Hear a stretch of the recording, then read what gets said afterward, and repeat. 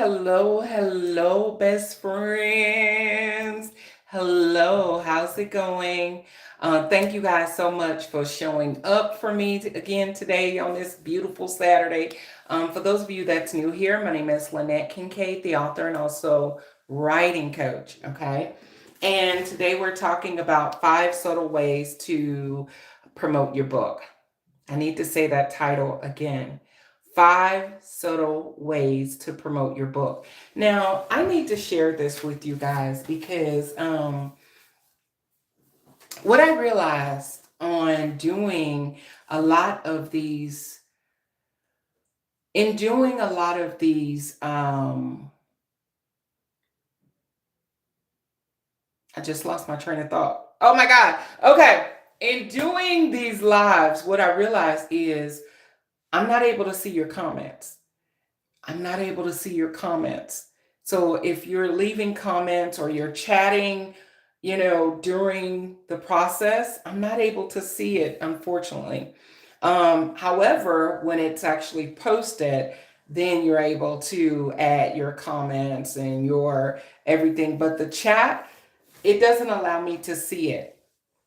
And I'm sure that's user error and not really YouTube error. But I just needed to share that.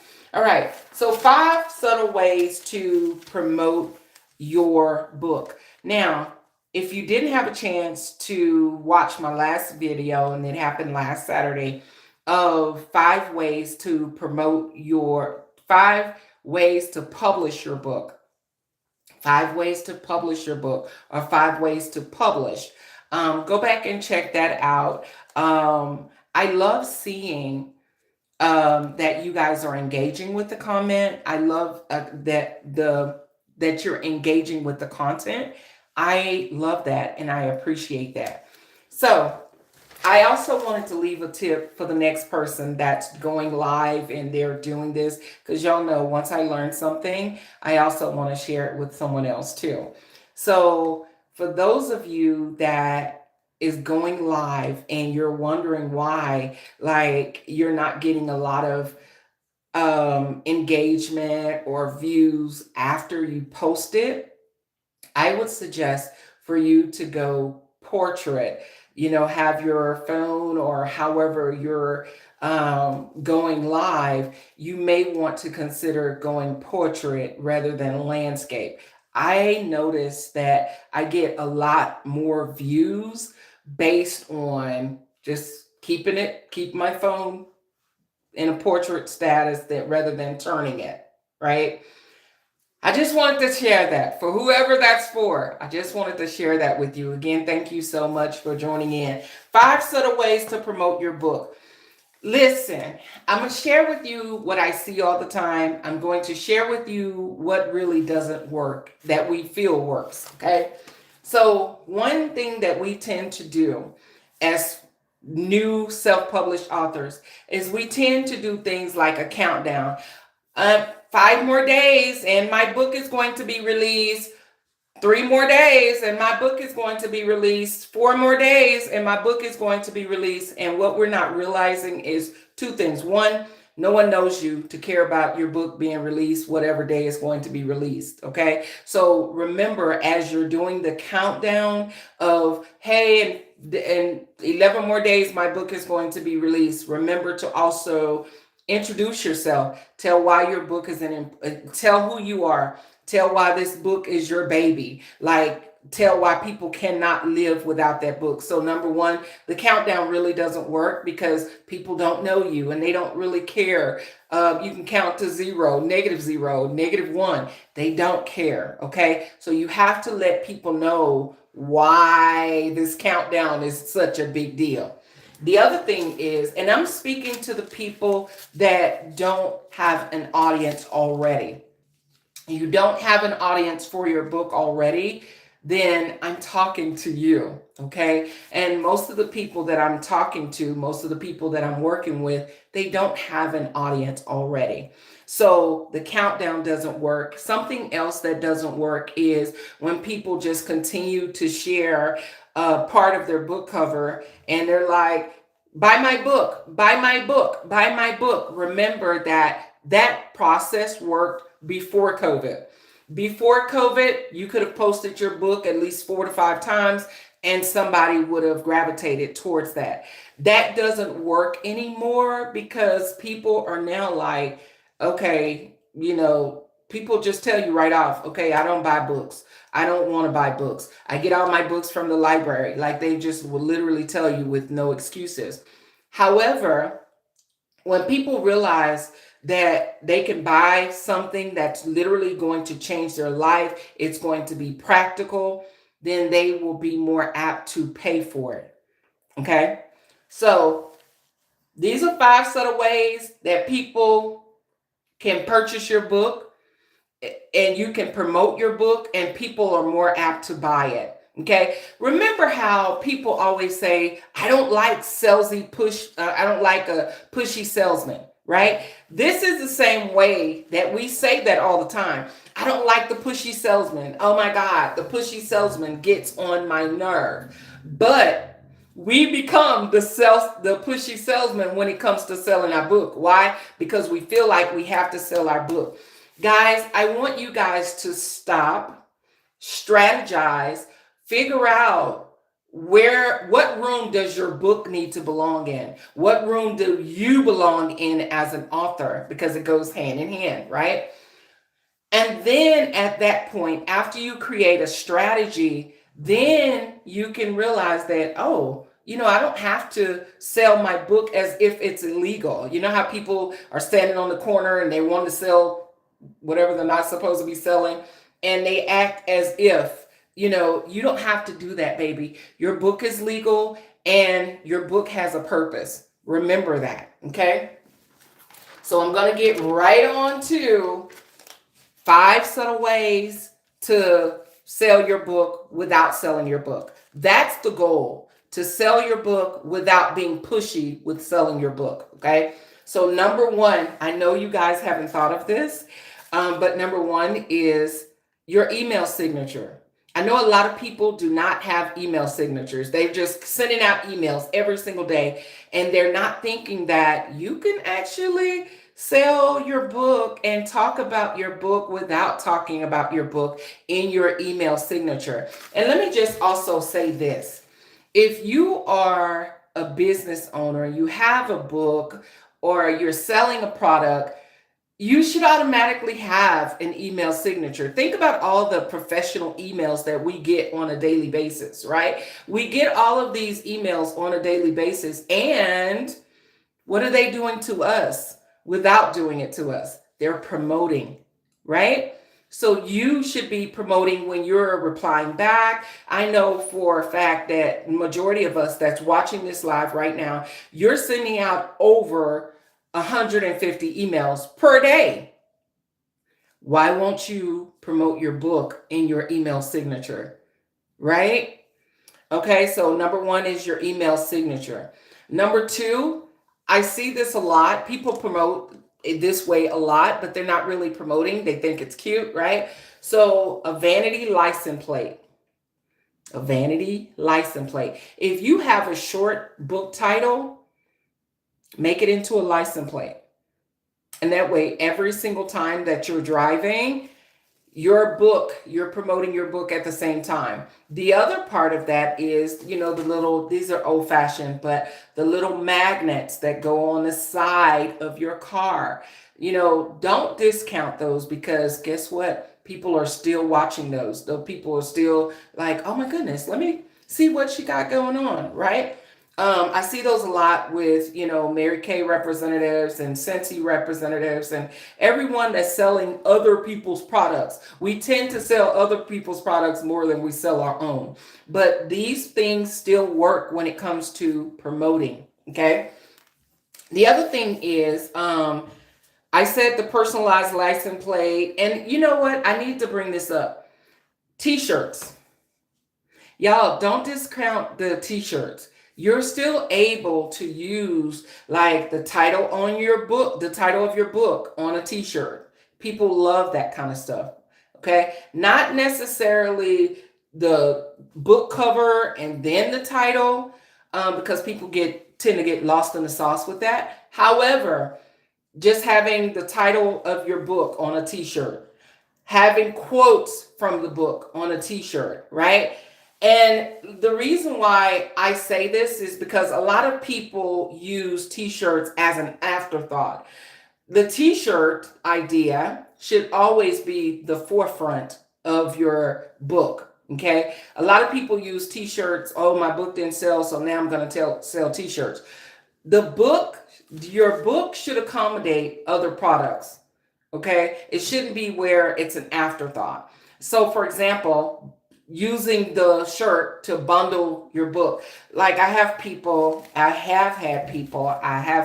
to say, oh, I want to support you, but I don't really read, I don't have a chance to read, I don't like reading.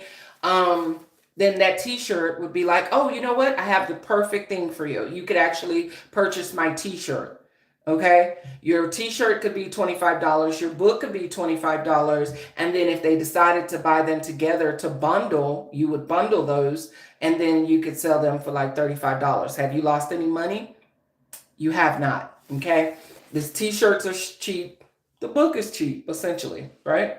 So remember to always think about the t-shirt vibe. Okay, getting the quotes out of the book that people will always remember and they can wear them. Okay, so don't just consider the book title. I said that. Consider the concepts of each book. What is the takeaway from the book? What is it that you want people to walk away with every single time that you sell a book? Okay, a lot of times we are so big on selling the book that we don't mind selling it, or we're trying to sell it to a person that they already told you, oh, this book is about children's toys. I'm not interested in that. Oh, but you'll love it. You'll love it. And it's like, baby, move on to the next person that really could use your book. When you force your book on people, when you say, you know what, you don't have the money for the book, I'll go ahead and send you a copy. Guess what's going to happen to that book? It's probably going to end up on someone's table collecting dust. Okay? They're probably going to use it as a coaster. It's probably going to ride with them until their car get repossessed. Okay? Because when we want something, when consumers want something, we're going to find a way to pay for it. We're going to put it on a credit card. We're going to put it on a payday loan. We're not a payday loan, but like a payment plan. If it's something we really want, we're going to buy it. Okay, so don't keep thinking that money is a factor. Money is not the factor when it comes to books. If we want it, we're going to buy it. Okay, don't force your books on people that have already told you they do not want your books. Okay, because it's just going to end up sitting around somewhere doing nothing. It's not benefiting them. And if you gave it to them or they don't want it, they're not going to read it. If they don't read it, they're not going to tell anybody else about it. You want people to continue to talk about your book. Okay. So, number 3, business cards. Okay. I know that they have electronic business cards. I know that people have upgraded, but it is other people that are still using business cards. Now, I know a lot of you may ask, LaNette, how am I able to use a business card to promote? You use a QR code. Canva creates the QR codes for free. Did y'all know that? Okay. So use the QR code. I also put here Christmas cards because what's coming around the corner? Christmas, right? So the other thing about that is on the people that design your business cards and you put nothing on the back, now you're able to put a QR code on the back and tell people about this book. So that way when they scan the QR code, it takes them directly to your book. Okay. Christmas cards. When you're sending out Christmas cards, design the Christmas card to automatically have a QR code in there. Y'all loving me already, right? I hope so. So business cards, put your QR code in it. Christmas cards on the back of the Christmas cards, or hey, thinking about you during the holidays. By the way, I have a new book. Okay. Even if your book is not new, it's new to the person that have not purchased it. Say that to yourself again. Even if your book is not new, let's say, for example, today is 2000, it's 2025. Okay. You wrote a book in 2020. Of course, the book is 5 years old, but it's new. Watch me close. Your book is new to the person that haven't purchased it. Okay. So always treat your book like it's new. I don't care how old it is. Okay. So, design your business cards to have the QR code that links to your book. And here's the other thing, this is a bonus. For those of you that do presentations all the time, you're always teaching someone, your QR code or a slide that has your QR code on it should be the final presentation page. Okay, this is, for example, for those of you that someone says, hey, come talk to my class, come talk to my such and such group, whatever, right? And when you do your presentation, as you're making your presentation, that last and final presentation should be your contact information and a QR code. Okay, people really do not watch and they're really not paying attention. However, when they see a QR code, they automatically take out their phones and normally take a picture to see where that QR code goes. So if you're already teaching, you're already presenting to people, have your QR code already there. Okay, that's number 3. Number 4, for those of you that like to travel, and I've done this, and this is so cute. Let me just tell you, already, it's really, really cute for those of you that's interested in knowing how to do this. Okay, I am a guru of making products. I'll say it again. I'm a guru of making products. I ain't bragging. It's just a gift that God has given me. So, creating a luggage suitcase, a luggage cover, right? When you're traveling, for those of you that like to travel, then having a luggage cover with your book cover on it. Okay. If you're interested in knowing about that, I promise you I'm not selling anything to you. But if you're interested, leave a comment and I'll be more than happy to give you a link of how you can actually do that. I got so many people to say, oh my goodness, what is that about? And what is that? Because people talk. We feel free to talk in the airport. Do we not? Like people say, where are you from? Oh, you're from Texas? Oh my God, I'm on my way there now. Right? My grandchild graduated, or my daughter's having a baby, or we just literally love to talk in the airport. Okay. So this is a conversation piece. Get a luggage cover that has your book cover on it. It is like the most innovative idea that I've ever done in my life. All right. So do that. Number 5, you're not going to believe this, but it actually works. Mailing labels that include your book information and website information. So you're asking, I know this already, because when I'm telling you guys something, you're like, how do you do that? How? So having a mailing label, and keep in mind that as you're mailing out your books and mailing out things, you have to think about how many places your package actually get to before it gets to who you sent it to, right? And people are nosy. Although they're working, they're still nosy. So you would put your name, your address, and the name of your book. You put that in brackets, and also the website. Hopefully it's a short website to where people can remember it. Okay. But that is the easiest way to sell products. That is the easiest way to get traffic to your website. Okay.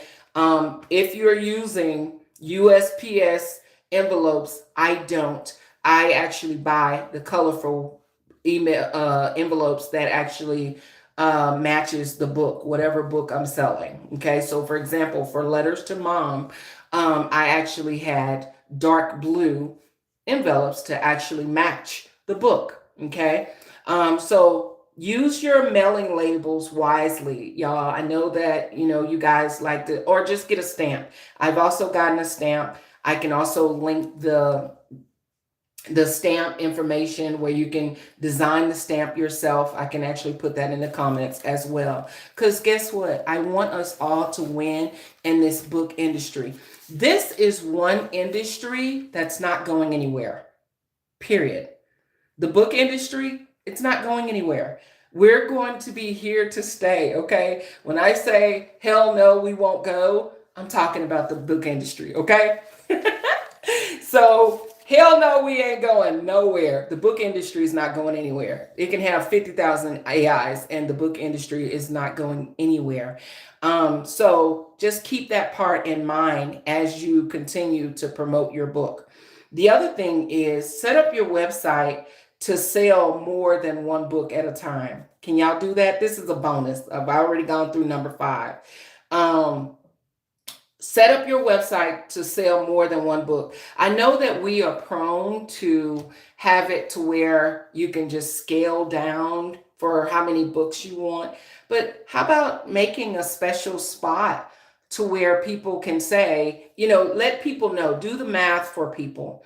Okay, if I buy one book for, $25, now I'm going to set up a whole thing, something separate for people that like to have book clubs. Do they book club have 25 people in it? Do it have 50 people in it? Go ahead and set up your website to where you're welcoming those people that automatically, because keep in mind, your book has a purpose, your book has a place, okay? And so how easy is it to automatically advertise that your book is already set up for book clubs, okay? In addition to that, not only will you set up where your book is going to be a part of this book club, but let them know that, hey, I'm available to come to your Zoom book club meeting.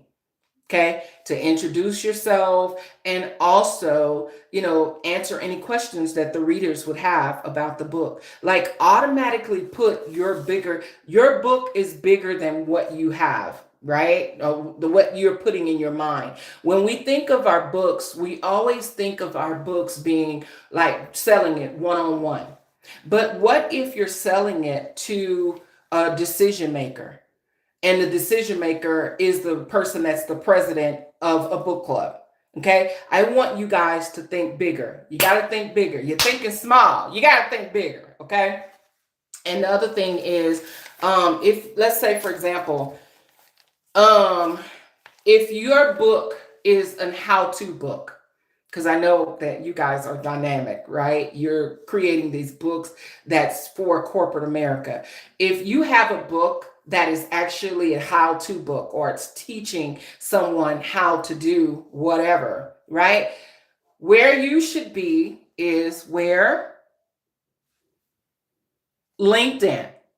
Okay, so what you would do is you would do the same thing that I just suggested for the book club members. Have a separate spot, even if it just says at the bottom of your website, hey, contact me about wholesale books.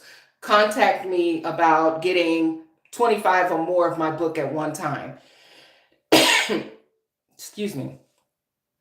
But you can create conversations around your book, okay? Have on your website to where you're willing to sell to a class of 50, 100, 200, okay? Remember that classrooms could get bigger depending on where you're attempting to sell. If you have a how-to book or some type of book that teaches people something, that is the reason that I would suggest LinkedIn, because you're able to tell why that book needs to be in a corporate workspace. Okay. Why does that book need to be in workplaces? Why does that book need to be in organizations? Okay. How is it going to benefit people? Okay. And one thing that I would always also suggest, if you've created a book that teaches people how to, and teaches people, self-help books and things of that nature, you may want to also create some sort of training manual as well, right? In order for people to understand that this is not just a book, it's a companion of a training manual, okay? And think of your book larger. Okay, we stay so small because if I can just be honest with you, most of the people that I meet, most of the people that's in like the clients that I speak with, when they think of their book, they only think of, oh, yeah, my uncle will love this. This is going to be great for him, or it's going to be great for my teacher from fourth grade. No, baby, you're thinking too small. Okay, this is not just going to be from your teacher from fourth grade. You're going to try to sell your whole children's book to the whole elementary school that you grew up in, right? So I want you guys to start thinking large when it comes to your books, okay? Books are not going anywhere. Did y'all hear that Barn? I always want to put an S on Barnes. Barn and Nobles. Barnes, I did it again. Barn and Nobles. It's not supposed to be an S. Y'all know where I'm talking about, the bookstore. They are creating more than 30 stores. Okay, that lets you know that the book industry is not going anywhere, baby. The book industry is not overwhelmed in any capacity. They love books. Libraries love books. The and I need to say this too. If you are at the point of writing your book, guys, remember to get your book copywritten, and also remember to start reaching out to libraries before your book is in the making, like before it actually comes into fruition. Start doing the legwork of that in advance. Okay, your book is so relevant. Libraries will purchase your book, bookstores will purchase your books, especially small bookstores and small communities. They love purchasing books. They want their audience to see newness on their shelves. Okay. So keep thinking large. Okay. Also, I need to give you guys this little tip. Again, these are subtle hints. Okay. You're not just outright putting a book in someone's face, but these are subtle hints because your book is going to sell. Based on what your book is about, it's going to sell, baby.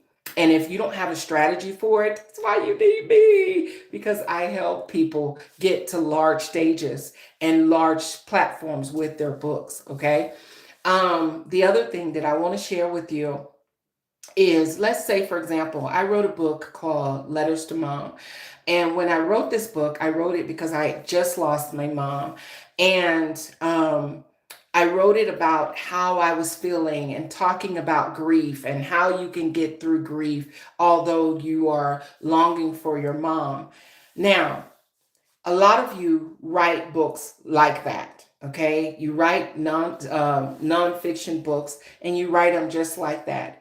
But in order to continue to keep that book relevant, think of other holidays that you can pop out with that book. Okay, yes, I know that we're so prone to talking about the book when the book is brand new, but think about holidays. You can also talk about your book. For my book, Christmas time is a very relevant time to talk about death and grieving. Why? Because a lot of people pass away, unfortunately, during Christmas, during the holidays. You always see it on your timeline where people have died and they've gone and things of that nature. So the holidays would be a perfect time for a book that talks about grief. Mother's Day is a perfect time to talk about a book that talks about grief. Okay. Your how-to books. Your how-to books, people want to change a new leaf over like the before January. Okay. So you would start promoting your book right now. Your how-to books, people want to learn before January. They just feel like they have to turn over a new leaf. Your book is going to help them turn over a new leaf. Okay. So those are the 5 steps. Okay. We've talked about them. Go back and If you didn't hear anything, you came in the middle and you're like, oh my goodness, this is good, but I didn't hear everything. Go back in order for you to get the 5 steps. Take notes. I love for you guys to take notes. Also, read the description. Go to my website. If you need to connect with me, writingcoachlk.com, writingcoachlk.com.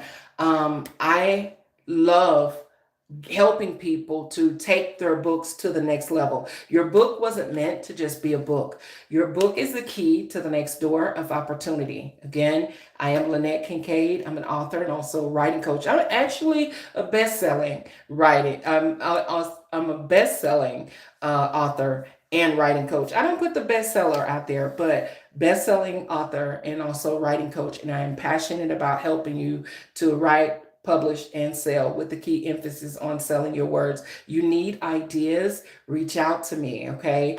I'm here to help you get your book to the next level. And I know a lot of you are already on the next level. You just don't know where to go next. And I'm here to help you do that. So rewatch the video if you need to. Make sure you subscribe. Subscribe to this channel, okay? I am itching to get to 500 people. We're almost there. We're almost there. Send this video to your friend. You have friends that are authors that they have a book and they're not doing anything with it. They need this video. Okay. I love you guys. Thank you so much for watching.